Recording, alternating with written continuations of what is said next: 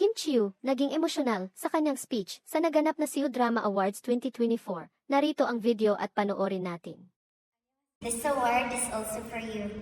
Your unconditional love, efforts, and belief in me have always been my source of strength, and for that I am truly grateful. And lastly, I want to dedicate this honor to the person who is no longer with us, my boss, my mentor, and a dear friend, Sir Deo.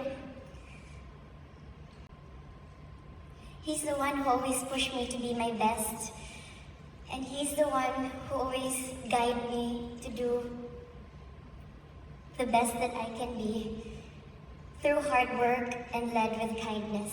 And for that, Sir Deo, I want to honor this award with you.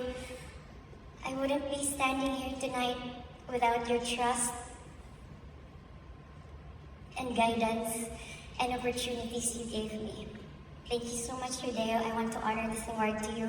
And to Seoul Drama International Awards, thank you for this recognition.